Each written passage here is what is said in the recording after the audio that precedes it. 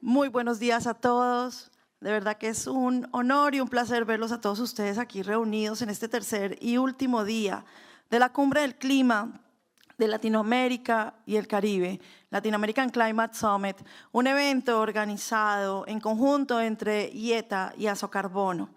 Un trabajo de más de 4 meses con todo un equipo dedicado para que todos ustedes pudieran disfrutar de diferentes plenarias, más de 40 eventos en simultánea, plenarias, breakouts, side events, una zona de networking que ustedes han tenido en el primer piso, en el claustro de las ánimas. Un agradecimiento a todos nuestros patrocinadores, a todos nuestros partners, a IETA, a Asocarbono y bueno, a todos ustedes que son realmente quienes hacen estos eventos, quienes hacen posible que nosotros queramos organizar estos eventos que fortalecen el mercado del carbono a nivel no solo, en este caso de Colombia, Latinoamérica, sino pues a nivel mundial. Y esta lucha contra la crisis climática que tenemos. Bueno, el día de hoy ya muchos iniciaron algunas asistentes de algunas conferencias, side events, desayunos con ICROA y bueno, vamos a iniciar estas plenarias del último día de la Cumbre del Clima y estaremos hablando sobre el mercado voluntario de carbono como habilitador de políticas climáticas. Y bueno, la regulación en Colombia y Chile ha allanado el camino para el uso de mercados de carbono en apoyo de las ambiciones climáticas locales.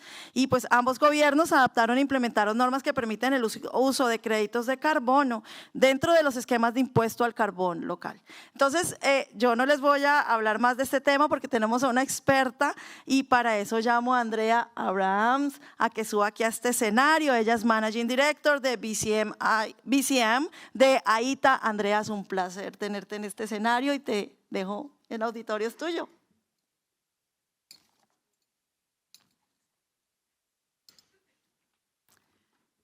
Hello, good morning everybody. And for those who attended the IETA Nightcap, congratulations for being here. This is not the first.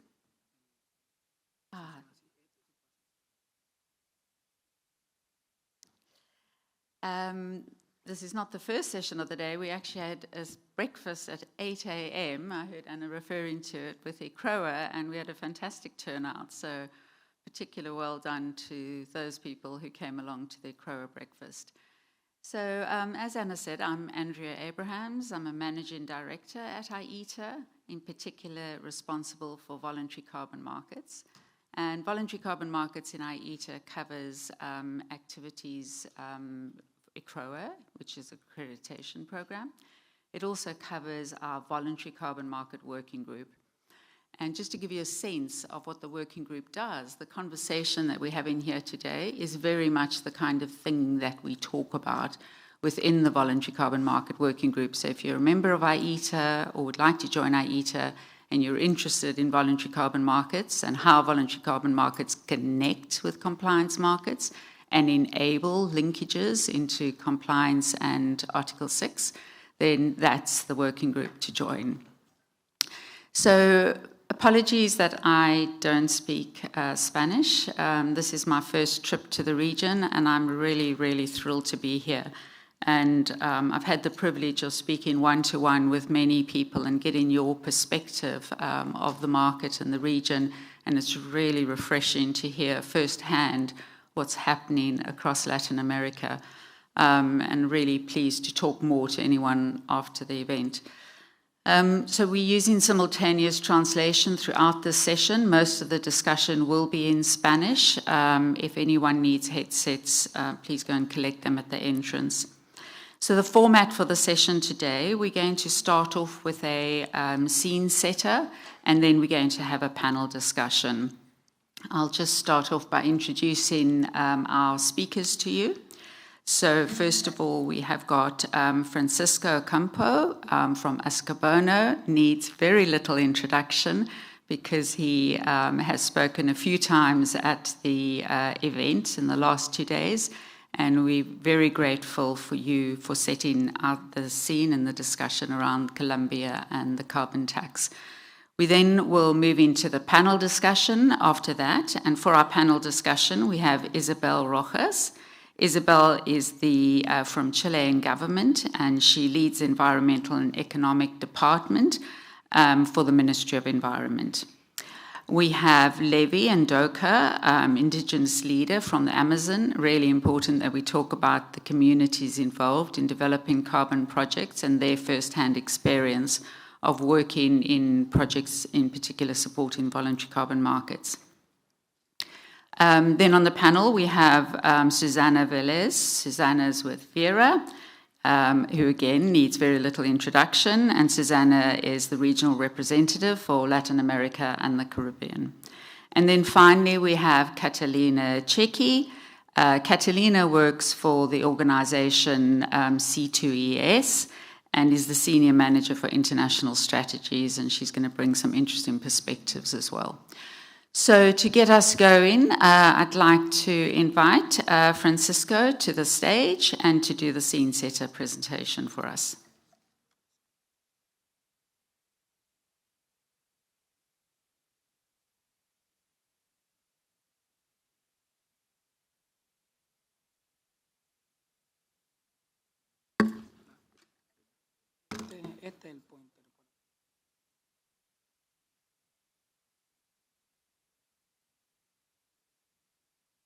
Perfecto.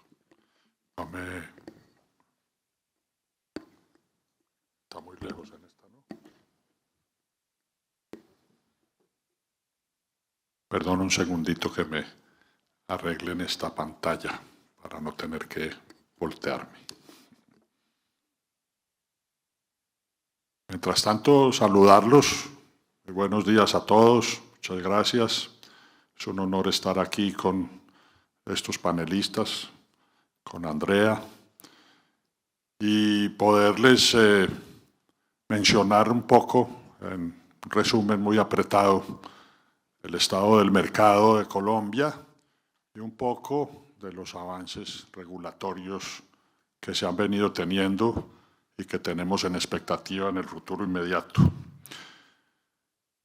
Primero que nada, Socarbono, la Asociación de Actores del Mercado de Carbono en Colombia, es una entidad gremial sin ánimo de lucro constituida en el año 2018 a partir del origen del mercado de carbono en el país.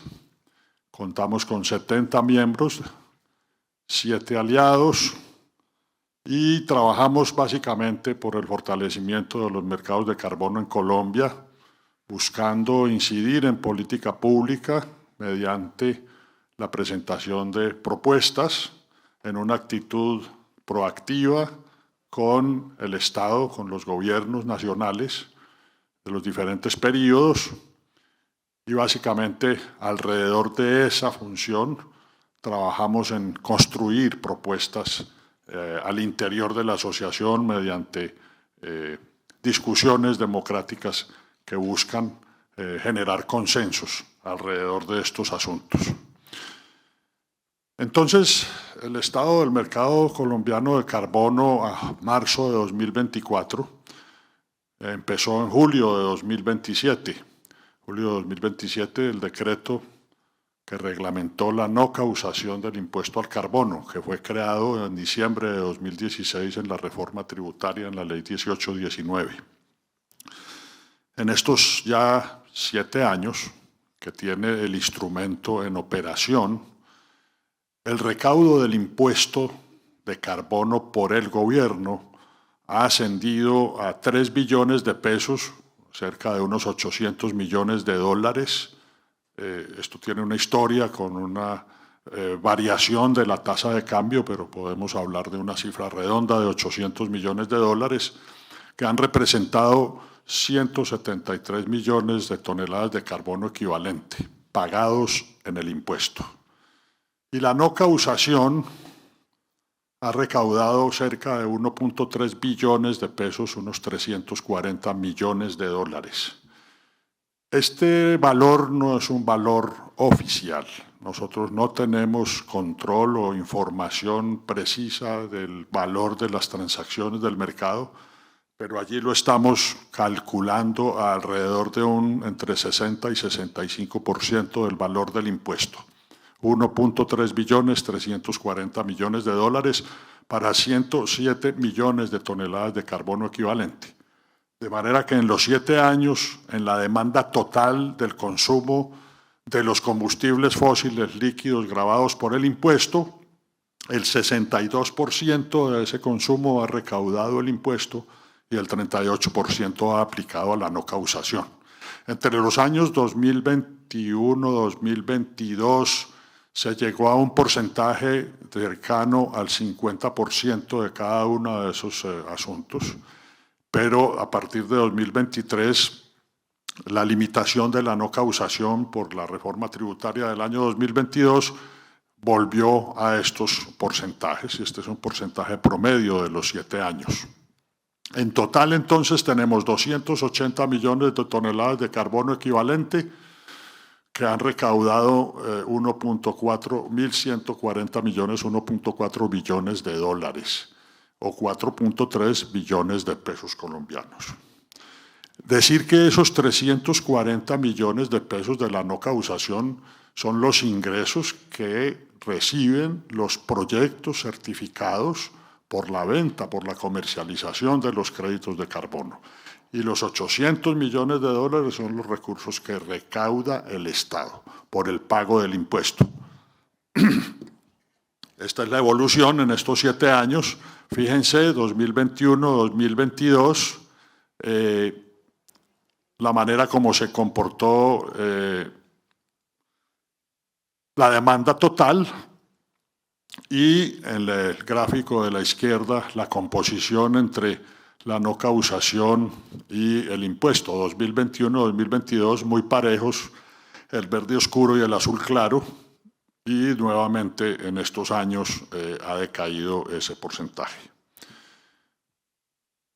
A marzo de 2024 hay 220 proyectos certificados que aplican a la oferta de créditos de carbono para la no causación del impuesto. Con la distribución que ustedes ven allí, los sectores, forestación, reforestación, energía, red más, que son los 3 principales sectores con mayor cantidad de proyectos, residuos sólidos, industria, transporte. Esos últimos 3 sectores prácticamente, en la gran mayoría, proyectos que vienen desde el mecanismo de desarrollo limpio del protocolo de Kioto. De esos proyectos, Red Más es el que más participa en la emisión y retiro de los certificados de carbono, alrededor del 50-52%, y Forestación, Reforestación es el que cuenta con la mayor cantidad de proyectos. Los programas o estándares que actúan en Colombia en esos 220 proyectos, Cercarbono con el liderazgo, todavía en el CDM, esos proyectos están buscando pasar a nuevos estándares de certificación o están buscando la posibilidad de convertirse en ITMOS alrededor de las reglamentaciones del artículo 6. Participan ColCX, también Cercarbono, Biocarbon Registry, esos 3 son estándares nacionales que están en un proceso de crecimiento en el que han venido siendo algunos ya de ellos reconocidos por ICROA y otros en el proceso de hacerlo, pero están entonces el MDL, el CDM, CSA, americano, Gold Standard, y BERRA, BCS y BCS y CCB. Más o menos en la participación que están viendo ustedes en la torta y en el cuadro para no repetirlo. En términos de normativa, entonces básicamente hay 3 normas que rigen esto en Colombia. La Ley 1819 de 2016 que creó el Impuesto Nacional al Carbono con un valor inicial de 15.000 pesos por tonelada de carbono equivalente que en esa época equivalían a $5.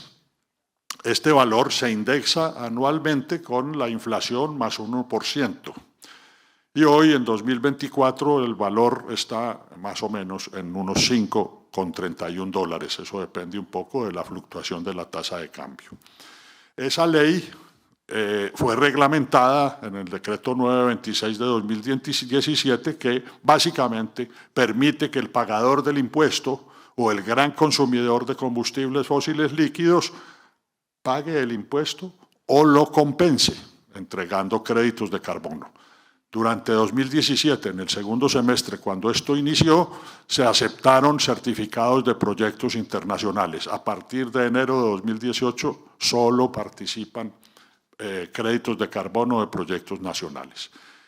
Y la resolución 1447 de 2018, que básicamente reglamenta el RENARE y la contabilidad nacional del inventario de gases de efecto invernadero, con algunos elementos sobre los proyectos y los programas de Red Más. Rápidamente, la expectativa que tenemos en Colombia con relación a la normativa. Esta es la agenda normativa del Ministerio para 2024. Es la misma agenda normativa que viene de 2022. O sea, no ha habido nuevas emisiones.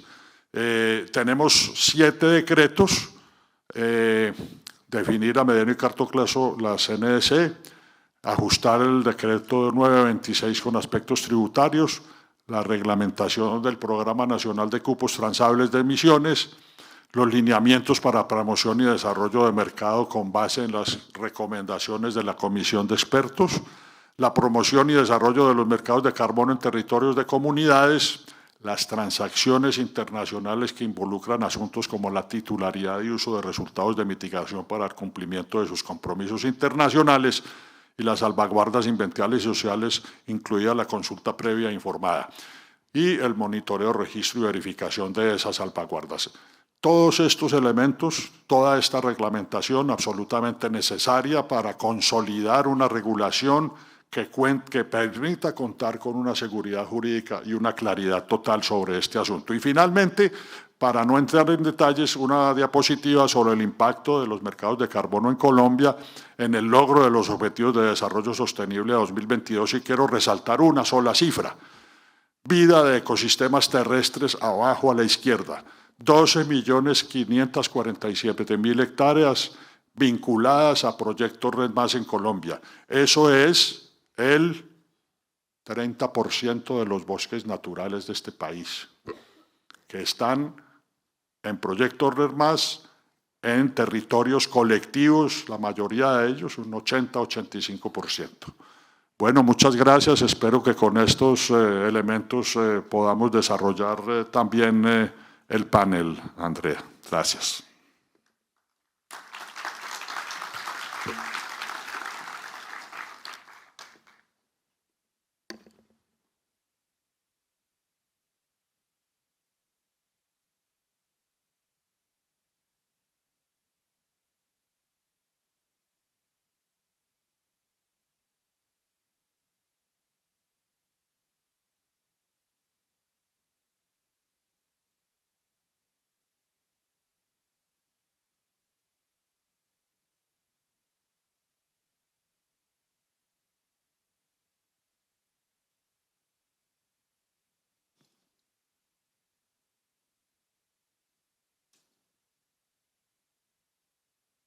Over here? Are they?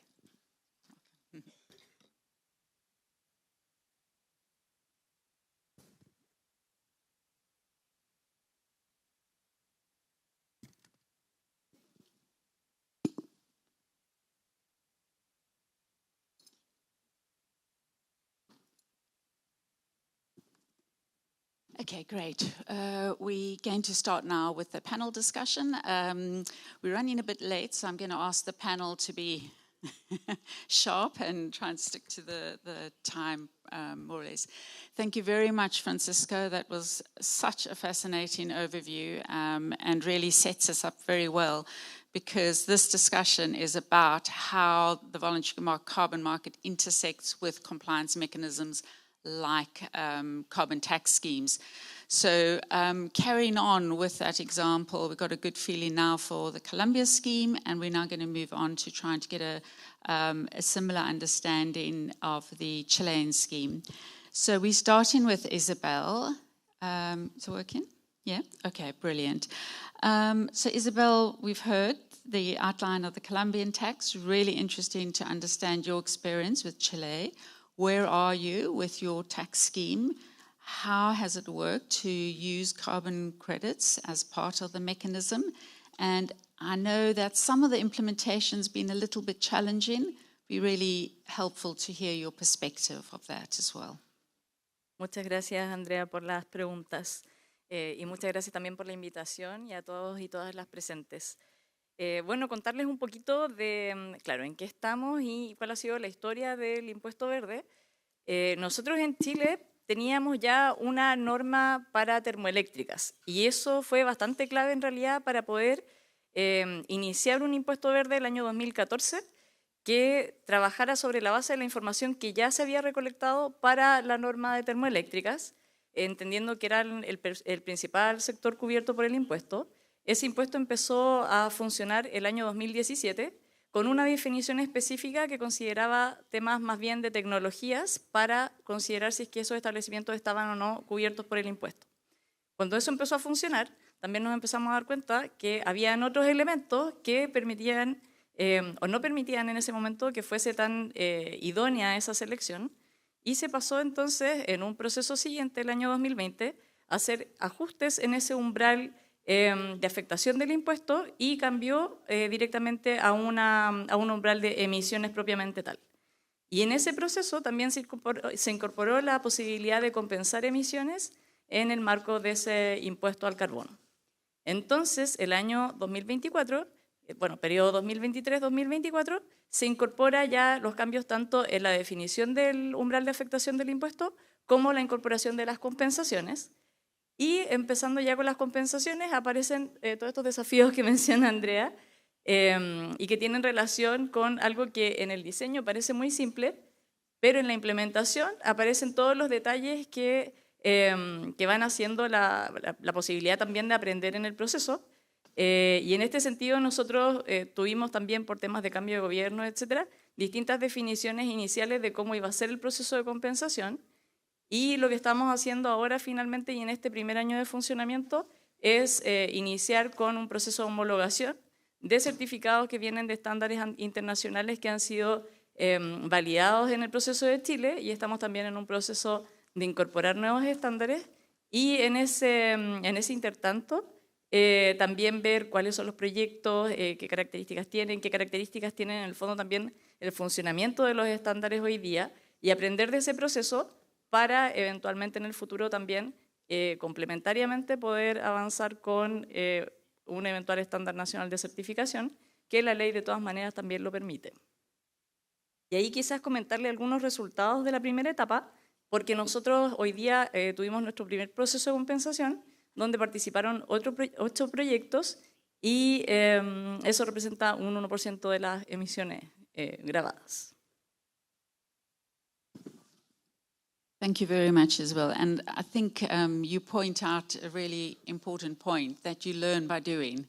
So I think there can be a hesitancy to wait until you've kind of worked everything out, but in actual fact, the learning that comes from just getting started, and then how that learning for the voluntary carbon market can support other price mechanisms as well. Sí, totalmente. El proceso de aprendizaje ha sido clave en distintas direcciones, porque por un lado, el sistema de compensaciones tenía plazos específicos que estaban por ley, y eso detona una serie de situaciones que tienen que ver con la creación de capacidades y también con el vínculo entre los actores y cómo construimos una gobernanza que funcione. Porque en el caso de Chile en particular, dentro del Ministerio de Medio Ambiente tenemos distintas divisiones involucradas en el proceso, con distintos roles y con distintas responsabilidades también. Entonces, y además tenemos un actor muy importante, que es la Superintendencia del Medio Ambiente, que está a cargo prácticamente de la mitad del proceso en sí. Entonces, en ese sentido, hay muchos desafíos de cómo nos organizamos, cómo alineamos incentivos, cómo también en esa coordinación cumplimos con los plazos y también aseguramos no poner en riesgo el cumplimiento que cada actor tiene, que es un poco la principal preocupación que ha surgido en este proceso. Y eso es algo que ha tomado tiempo y que ha requerido también de la muy buena disposición de los equipos, porque es un trabajo que se hace en el día a día. En realidad nosotros en este periodo hemos pasado por distintas variantes de diseño, y eso tiene un impacto enorme también en la implementación y en cómo van cambiando un poco algunas responsabilidades también entre los equipos. Así que ha sido un aprendizaje fundamental para lo que viene también con otros instrumentos futuros, y por eso también lo mencionaba, la creación de la norma de termoeléctrica y de su implementación, la creación después del impuesto, su implementación y ahora de compensaciones, va escalando un poco este aprendizaje y también la instalación de la infraestructura. Nosotros ahora estamos trabajando en el desarrollo de plataformas informáticas que la idea es que puedan servir también de soporte para los siguientes instrumentos. Entonces, ahí hay varios elementos, los temas más de desarrollo informático, los temas de creación de capacidades y construir equipos, y la gobernanza, que es muy fundamental. Yeah, it's a lot of different parties that need to come into the equation, not to mention the learning that the private sector bring, what government brings, and of course, Levi, turning to you, the learning also from communities who are involved in these projects, and you've spoken about it a few times in the last 2 days, and also in the media workshop where you gave a fantastic explanation for the involvement of Indigenous communities in projects. I'm interested in your perspective from 2 angles. One, do you think carbon markets have an important role to play in delivering climate targets? And then what would you say, just very briefly, have been some of the key learnings that you have experienced and your community has experienced in being involved in project development?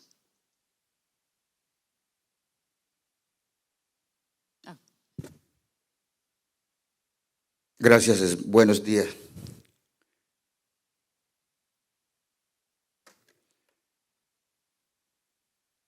Estos proyectos que desarrollan los pueblos indígenas, en el caso nuestro, en el Amazonas, generan situaciones importantes, puesto que los recursos que llegan aquí pues sirven para apoyar la gobernabilidad, sirven para hacer el ejercicio de fortalecimiento institucional en toda la cadena, nacional, local y ahí en el medio donde están las ATIs, pero sobre todo también hay un componente importante que es las autoridades propias, que eso no aparece a veces en el esquema administrativo del gobierno, pero estas autoridades que están allí en los territorios se ven beneficiados con estos recursos. O sea, el fortalecimiento del conocimiento propio, de la autoridad propia de los pueblos indígenas se vuelve importante aquí, y estos recursos sirven para apoyarlos, para que sigan cumpliendo su función. En el momento en que el conocimiento indígena desaparezca, la lengua desaparezca, yo creo que también se transforma la Amazonía colombiana, puesto que se deja de creer en algo y pensamos en que lo único que existe es poder trabajar la tierra. Pero esos conocimientos que hay de los pueblos indígenas, lo que ha hecho hoy que aún la Amazonía esté verde, porque ahí hay unas condiciones, hay unas formas de convivencia y de relacionamiento con la naturaleza que lo vuelve importante este conocimiento. Entonces, creemos que estos proyectos son muy importantes para los pueblos indígenas y deben apostarle al fortalecimiento de la cultura, al fortalecimiento de generar capacidades para los pueblos indígenas. No recuerdo la otra pregunta. I think that's fine for now. Thank you. Thanks very much, Levi. Again, it's just understanding the involvement of people, Indigenous people, how they bring their knowledge into the projects. So again, it's one more part of this puzzle around building capacity in every aspect of, project proponents, the various institutions. You mentioned institutions, governments.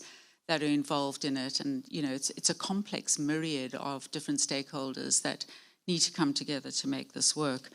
So let's move on then to Catalina. Catalina, the advantage of building the capacity through the voluntary carbon markets is that it sort of starts laying the foundation for compliance schemes, laying the foundation into Article 6.2, Article 6.4. So I'm interested in your perspective on those linkages and how they work and how we should think about it, in particular in terms of sort of capacity building. Thank you, Andrea. All right, so indeed, the voluntary carbon market can be informative to policy in different ways. Sorry? En realidad, pues me hacen la tarea un poco más compleja, pero no, ¿les parece si hablo en inglés y luego cualquier pregunta en español la puedo responder? ¿Qué tal? Ok, listo. Compatriota también, así que chilena también, por eso. Pero viviendo en Estados Unidos, por lo cual se me hace más fácil quizás los temas técnicos verlos en inglés. So coming back to how the voluntary carbon market can inform policy, it can be done by setting the standards for instance, integrity or influencing the eligibility criteria for carbon credits usage in compliance systems. There's examples out there. Singapore, for instance, has aligned or is intending to align its integrity and eligibility criteria with the core carbon principles, which I can talk a little bit more after, which is an international standard basically on integrity. The UK also has put forward the intention to align its regulations to these international standards. And as Andrea was mentioning, in terms of Article 6, just reminding about what this Article 6 is all about, it's essentially to help countries fulfill their national commitments in their NDCs, but there is the possibility for a government to authorize the use of credits for voluntary purposes in the voluntary carbon markets. So this opens up new possibilities on the demand side as well to interact with Article 6. Again, the VCM can operate absolutely independently of Article 6. It doesn't have to go through the international compliance scheme. However, it can help when there is, for instance, any risk of double counting of emissions reductions or removals across NDCs. But anyways, as long as emissions are not double counted towards two NDCs, there shouldn't be any problem of using non-authorized credits in the VCM for compliance systems, as long as that accounting link is not effective, right? Then the VCM can also inform financial disclosures, and this can be by corporates or in secondary markets. So there are a few examples on that. In the US, the Securities and Exchange Commission has put some disclosure rules for corporates to actually report on the use of carbon credits and some characteristics of it. The CFTC, but also international organizations for securities and derivatives exchanges have tried to align to these international integrity frameworks. So these are ways in which VCMs can help build capacity and reduce duplication of efforts as well. So the idea is to increase liquidity at the end of the day. Thanks, Catalina, and we may come back to that. But I want to build on the point of sort of building institutions and infrastructure, and both Levi and Isabel mentioned it as well. One of those infrastructures that has been built, as you mentioned, is the Integrity Council for the Voluntary Carbon Market. And Vera has recently, congratulations, been endorsed under that program. And it would be interesting to understand from you, because Vera is the largest and longest standing standard. What did it mean to you to comply? Was it an easy process? Does it lift the bar? And, you know, thinking about that, we still use the term voluntary carbon market, but in effect, you have voluntary buyers, but the crediting programs are not providing credits or standards only for voluntary. They are already providing credits that go into compliance markets. So I'm interested in how we build fungibility so that those credits can go into all markets, and that we don't create complications that actually, no, sorry, that removals program, you know, credit can only get sold into the EU, and that's what the voluntary carbon markets take, and that's what Article 6.4 takes. You know, it could become very complicated. But let's start with Vera and the endorsement through the ICBCM. Muchas gracias, Andrea. Sí, para nosotros fue un momento importante. Creo que es un momento importante para el mercado cuando pues, los estándares empezamos a ser aprobados por el ICBCM, y quiero hacer un reconocimiento público al esfuerzo que hizo el equipo de Verra para lograr esta aprobación. Los cambios fueron importantes porque teníamos que hacer más explícitos muchos de los requisitos, teníamos que ser un poco más claros en varios de los temas que ya teníamos en el estándar, y es por eso que este año ya tenemos 2 versiones del estándar buscando ese cumplimiento hacia el ICBCM. También significa que el programa tiene que estar todo el tiempo atento a los nuevos requerimientos, a los nuevos procesos de seguimiento y monitoreo que tenemos que hacer a los proyectos, porque pues ahora estamos en la fase de aprobación de las metodologías, que es una fase muy importante, y felicitaciones por haber tenido las primeras metodologías ya aprobadas. Sabemos que no es fácil, vimos lo complejo que es hacer una metodología en los últimos días, y pues ya tenemos los primeros labels o las primeras etiquetas CSP de proyectos aprobados bajo el ICBCM.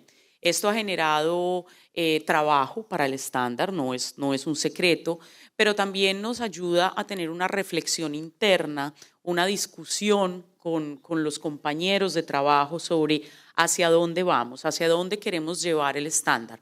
Vamos a ir más allá de lo que nos están pidiendo estos nuevos requerimientos, nos vamos a buscar tener un compliance o cumplir con lo que necesita el artículo 6, cómo apoyamos a los países como el trabajo que tenemos en Chile, pero sin volverlo tan complejo y tan poco entendible que las comunidades no puedan entender qué les están certificando o por qué les están pidiendo la información.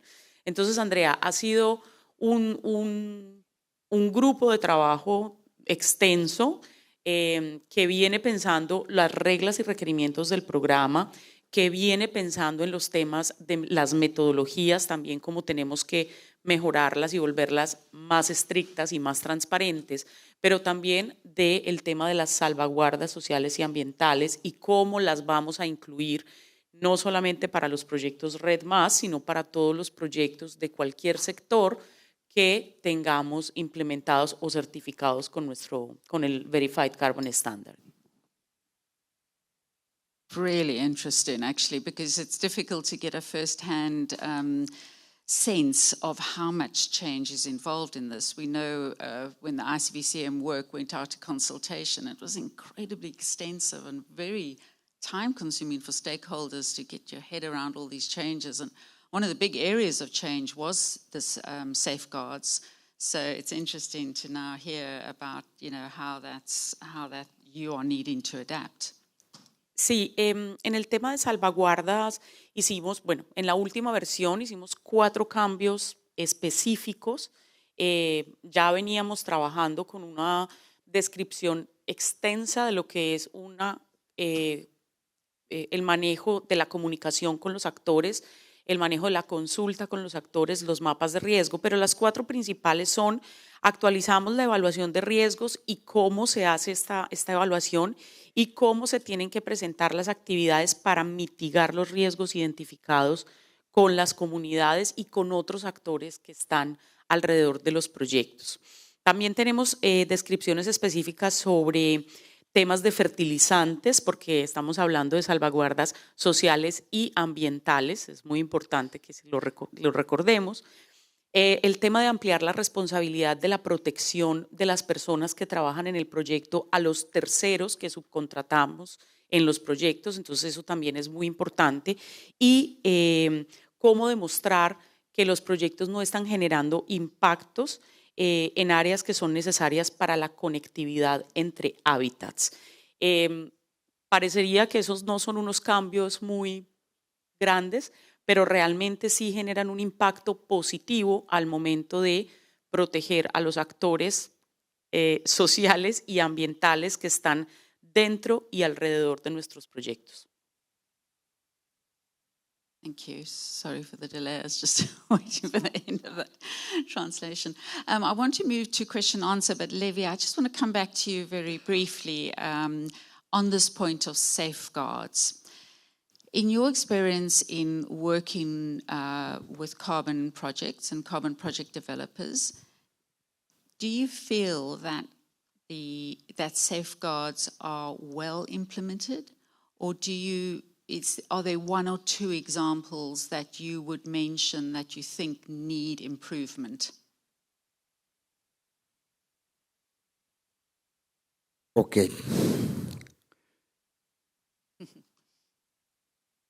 Es importante, primero, como en Colombia hay como 2 tipos de proyectos y es ahí donde pareciera que hay uno que presenta dificultad y la otra no presenta dificultad.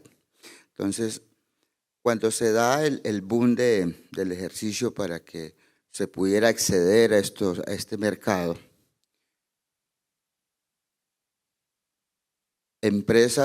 algunas empresas fueron a territorios indígenas a que le firmaran los proyectos.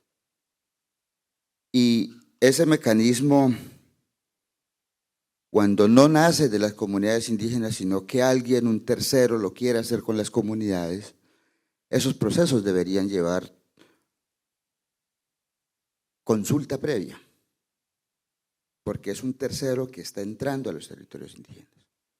Y allí tendría que entonces, en el marco de la consulta previa, garantizar todo un ejercicio de procedimientos para que estos pueblos indígenas entendieran cuál era el modelo de negocio que tenían que hacer.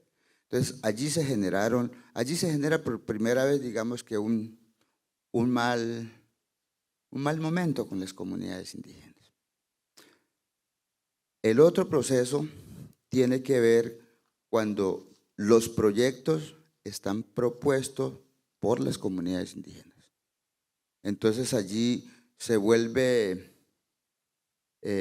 importante pensar que si además de ser mi propio proyecto, me lo tengo que autoconsultar. Entonces, ¿cuál es ese ejercicio que se hace allí?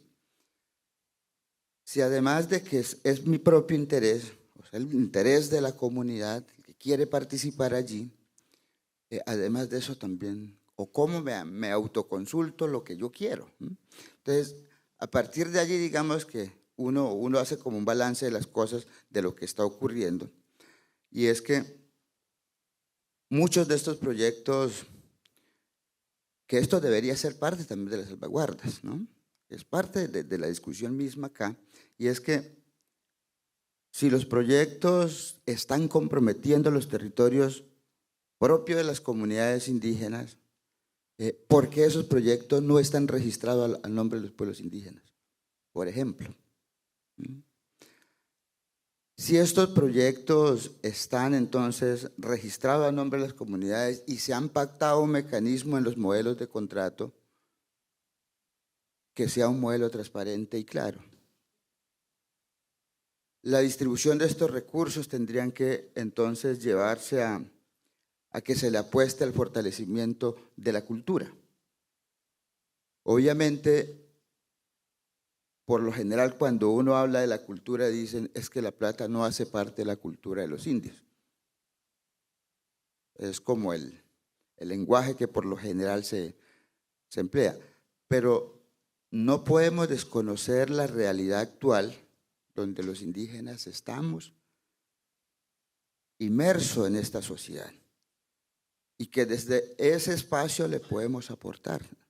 Podemos contar un poco los modelos administrativos que podemos hacer.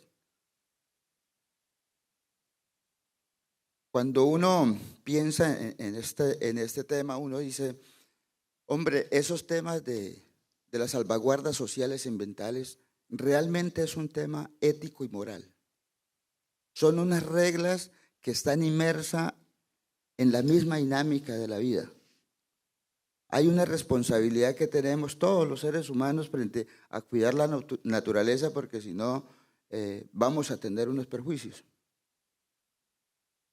Eso ético o eso moral que está allí detrás es lo que se ha llamado unas salvaguardas sociales y ambientales. Pero ¿cómo lo entendemos nosotros los pueblos indígenas desde esa dimensión donde estamos conviviendo con la naturaleza? Allí hay una cosa que no se ha resuelto todavía, ¿no? Y es poder integrar ese pensamiento de los indígenas en esa convivencia sana con ese territorio, donde hay una dimensión que se entiende, pareciera ser que toda la naturaleza es vivo, pero para el otro que no es indígena, entonces ese territorio es un pedazo de tierra que tiene un valor, un título valor que vale una plata. Entonces ahí se pierde un poco el pensamiento indígena en ese lenguaje, ¿no? Entonces yo creo que si un día logramos entre todos construir una regla de juego para entender ¿qué son esos salvaguardas sociales y ambientales? Simplemente son normas de convivencia. Normas de convivencia que para hacer un ejercicio de esto, que para hacer un proyecto de esto, es necesario hablar claro. Es necesario no decirle mentira a la gente. Es necesario ser transparente. Es necesario hacer una distribución justa y equitativa de estos recursos. Es necesario llegar a hacer un convenio entre las partes equilibrado, no tratando de darle la cabeza a los indígenas, sino decir claramente, mire, es un modelo de negocio, lo volvemos equilibrada y equitativa, si ustedes se quedan con esto, nosotros hicimos un trabajo tranquilamente y vamos a tener una participación de los recursos. Es un poco lo que puedo entender yo sobre el tema de la salvaguarda. Such well-made points, and I just love the shared responsibility to care for nature, and that's what we're trying to do here. We're trying to think about that shared responsibility to care for nature, and I mean, I couldn't agree with you more. It is an ethical and moral matter, and it requires government institutions and policy. It requires standard setters. It requires, the crediting programs. It requires clear rules of the game for how we do that, how we share benefits, how we conduct legal contracts.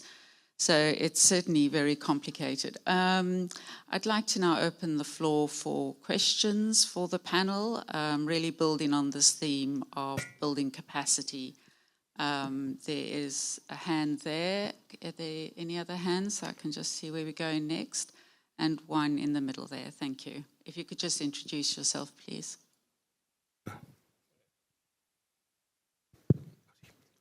Hola, buenos días. Muchas gracias por las interesantes exposiciones. Mi nombre es Claudio Lutzki, soy abogado. Continuando con lo que decía Levi recién, quería entender mejor.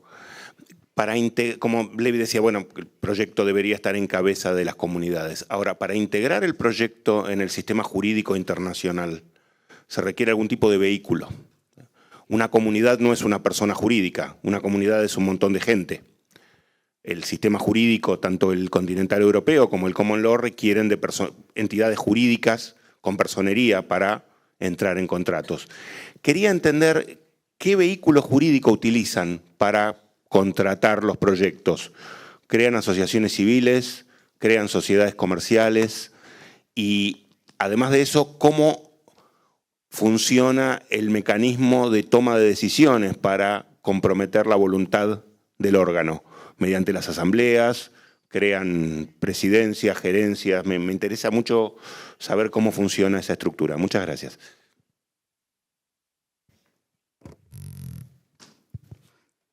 Bueno, lo primero es un poco entender cómo se ha estructurado, en este caso, el Estado-Nación colombiano, ¿no? Entonces, el Estado-Nación colombiano tiene un ordenamiento territorial y un ordenamiento administrativo muy importante.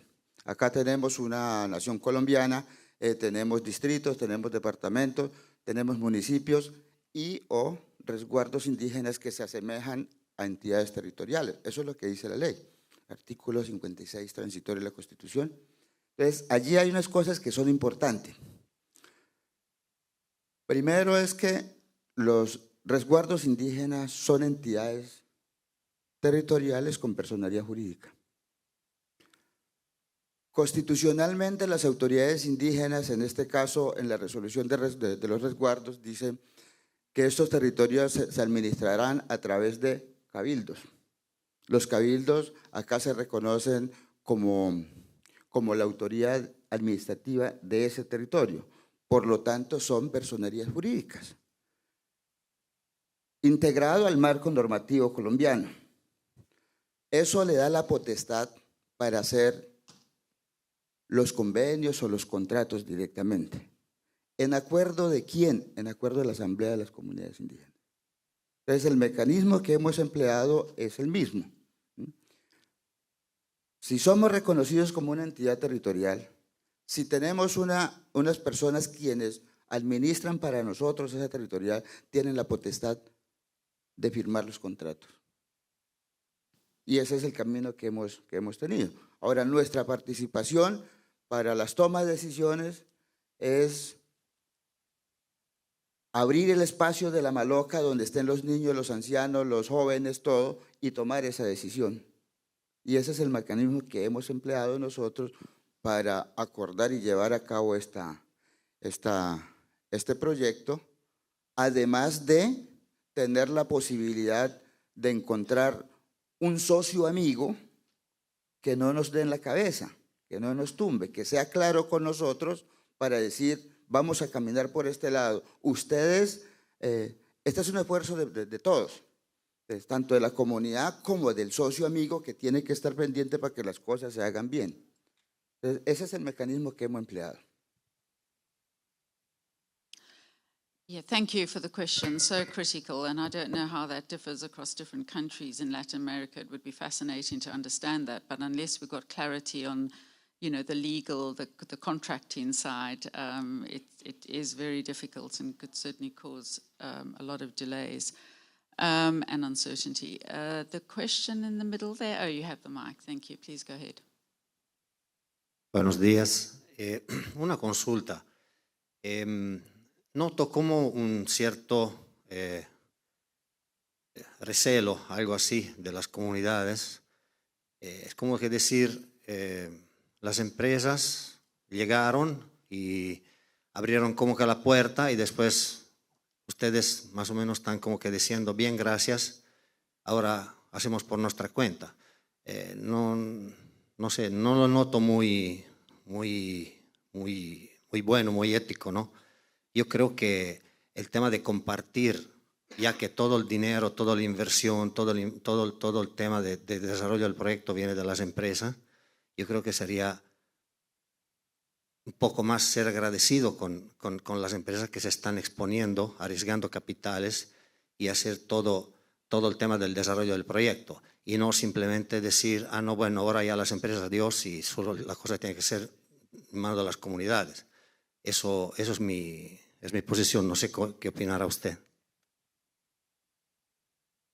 Very interesting. It looks like we're having more discussion about morals and ethics here, which is not the direction I was expecting it to turn in. But Levi, you introduced that as a theme, and it's very important when we're talking about jointly working together to save the planet, it has to be based on morals and ethics. It's a very interesting question in terms of morals and ethics. Are Indigenous communities working in the spirit of partnership and working with project developers and private investors in a partnership spirit? Actual fact, it's fact.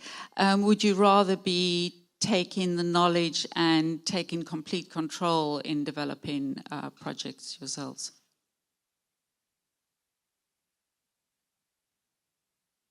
El tema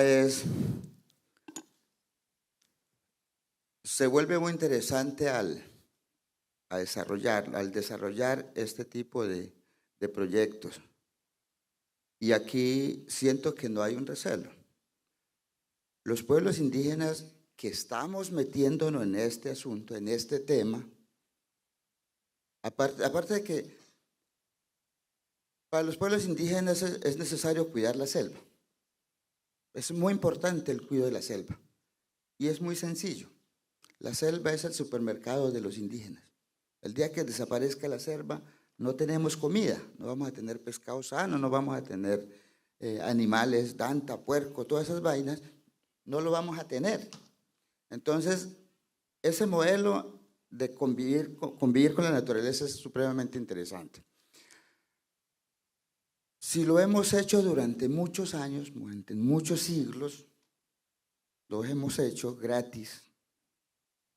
Hoy que eso se convierte en un modelo interesante para mejorar las condiciones de vida de las comunidades indígenas y para conseguir recursos importantes para las cosas que a veces no podemos hacer, para el tema de salud, para el tema de educación, para el tema de mejoramiento de bienes, para todas esas cosas las necesitamos.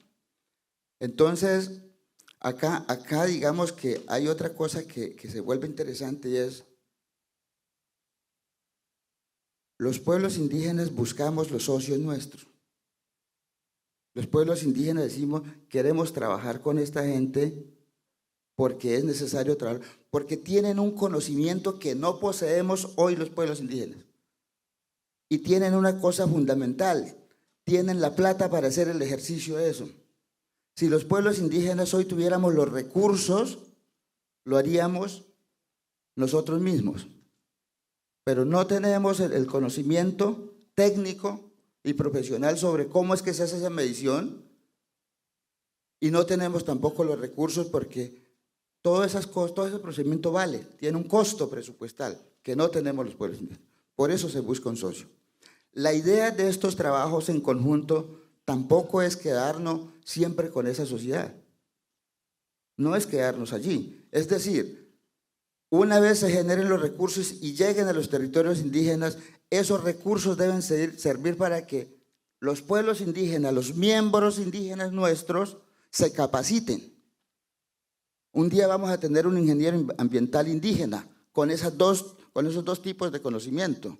Un día vamos a tener un ingeniero de petróleo si es necesario, para saber cuál va a ser el mecanismo o el modelo de negociación que queremos hacer, porque acá ese ejercicio de hablar sobre la libre determinación, sobre el gobierno indígena, sobre la propiedad que tenemos sobre esos territorios, tiene que volverse efectiva en una discusión con el gobierno nacional. Necesitamos un politólogo, necesitamos un abogado, porque es necesario entender qué fue lo que se construyó en este país y es necesario aún seguir teniendo aliados. Es necesario que el gobierno también se convierta en aliados nuestros. Así como las empresas privadas hoy son aliadas nuestras, también necesitamos que el gobierno nacional sea parte integral de este proceso que queremos hacer. I hope that addressed your question. So a willingness to partner while partners have something to bring to the equation, I think. I think we've got time for one more question. Yes, at the back. Thank you. Sí, mi nombre es María Eugenia Díaz, trabajo en la empresa de Acueducto de Alcantarillado Bogotá. A mí me parece muy interesante la discusión que se da en torno del tema ético y de la relación, obviamente, para la ejecución de proyectos tan importantes como los que estamos hablando el día de hoy. Desde hace más o menos unos casi 30 años, en Bogotá se hizo un trabajo de contratación directa con las organizaciones comunitarias a través de juntas de acción comunal que tienen personería jurídica, que para este caso, aquí pues obviamente con las comunidades indígenas es similar. Y la metodología que nosotros implementamos y que seguimos implementando a través de 2 proyectos que me parecen importantes, porque aquí creo que lo más importante es la metodología que se usa, de manera tal que la metodología sea participativa. Desde el momento en el que se eligen a las personas que van a participar en la conformación del proyecto, son delegados que si son elegidos de una manera participativa a través de asambleas, se logra obviamente mayor calificación. Asimismo, si el proyecto es aprobado a través de asambleas, pues se va a tener mayor calificación y esto va a permitir que de verdad la participación, que es de la que hemos estado hablando, una participación real, se pueda brindar desde el momento en el que se inicia la idea de proyecto. Luego la ejecución misma la ejecutan las mismas comunidades. Y esas metodologías, que en este caso fue obras con saldo pedagógico y acciones para la convivencia, permitieron realmente que se tuviera un trabajo directo con las comunidades. Me parece importante, pero sin dejar de olvidar que Orlando Falborda, que es un sociólogo aquí en Colombia, planteaba la importancia de que en la metodología se trabajara un tema, un concepto que realmente es muy importante, y es el tema del diálogo de saberes. Hay un saber ancestral, hay un saber que tienen nuestras comunidades indígenas, hay un saber técnico que tienen otros, ¿cierto? Que ese saber técnico hay que saber combinarlo para que se logre realmente tener un control de que la ejecución de esos proyectos y la ejecución de esos recursos realmente sean efectivos, porque obviamente las empresas que hacen inversión tienen que garantizar de que se ejecute de una forma adecuada esas grandes ideas que se plasman en un documento y que luego tienen que ser ejecutadas. Era nada más ese compartir. Gracias. Thank you, thank you. I think that's opinion is really valuable. I didn't hear a question there, so very final wrap up because we are over time. Anyone else got a burning question for the panel? No? It looks like we do. We have one more. If you could keep the question really short, and let's keep the answer short because we are over time, but we did start a bit late. Hola, ¿cómo están? Mi nombre es Paulina Tamayo, de TNC, de Nature Conservancy. Muchas gracias por el panel y quería hacer una pregunta. Mi rol es un poco más financiero y he asistido ya a varios paneles y es maravilloso ver cómo las comunidades y los proyectos están beneficiando de todo el flujo de capitales que está fluyendo, pero en ningún panel he escuchado acerca del mecanismo financiero de largo plazo que están planeando los estándares y también las comunidades para qué va a pasar después de 40, 20 años cuando estos proyectos dejen de generar los créditos de carbono, cómo se están preparando para esto, porque sí, es importante desde el punto de vista de inversión, cómo se ejecutan esos recursos, pero también cómo hacer el impacto a largo plazo. Gracias. Desde los estándares no participamos en el proceso de distribución de beneficios ni en el diseño de la inversión, especialmente en espacios comunitarios, porque pues tienen una autonomía para decidir en qué van a invertir esos recursos. Normalmente se buscará que pues haya una sostenibilidad durante los 40 años o durante el periodo crediticio que tenga el proyecto, que puede llegar hasta máximo 100 años, dependiendo de los arreglos que tengan. Y pues cuando son proyectos de otro tipo, que ya son arreglos entre privados, pues no podemos participar en eso, porque además eso compromete la transparencia del proceso de certificación. Además, nosotros no somos quienes para decirles a los socios y a los inversionistas pues cómo repartir esos beneficios. Sin embargo, estás pensando en una inversión de largo plazo donde esperamos que se fortalezcan las estructuras internas, que se empiece a entender el modelo de cómo funciona un negocio, también con actores que no siempre están en un espacio de negocios, como lo decía Levi, que están apenas entrando en este esquema financiero de los procesos, pero pues la idea es que cuando se fortalecen estas estructuras internas, ya ellos tengan una habilidad y una capacidad para luego buscar otro tipo de recursos. ¿Por qué digo otro tipo de recursos? Porque esto es una cosa que suena muy extraña, pero el mercado voluntario, si alcanzamos las metas de reducción de emisiones como humanidad, pues debería empezar a decrecer, ¿sí? Porque ya estamos protegiendo la selva, porque estamos disminuyendo la deforestación, porque estamos haciendo una transición justa a una economía baja en carbono. Entonces, no podemos depender de esto 300 años, pues porque fracasamos en nuestro reto como humanidad. Entonces, creo que deberían conversar un poquito con Levi cómo están manejando ellos internamente ese proceso. And unfortunately not now, because we are out of time. Thank you for the question on finance, though. I think we should be talking about finance and investment and how to attract investment and how to ensure projects are sustainable beyond the investment period. A really important question, a lot more. But thank you. I think this is a fascinating discussion around building capacity and how you use the voluntary carbon market almost as a beachhead to build capacity into other markets. And you had a sense of the extent of capacity building that's required and how important it is that we work as an ecosystem. So please join me in thanking our panel for sharing their insights. Thank you. Muchísimas gracias, Andrea, Francisco, Isabel, Levi, Susana y Catalina. Los invitamos a ustedes a tomar un coffee break en nuestro claustro de las ánimas y continuamos con esta programación de esta cumbre del clima de Latinoamérica y el Caribe, Latino American Climate Summit. Gracias a todos.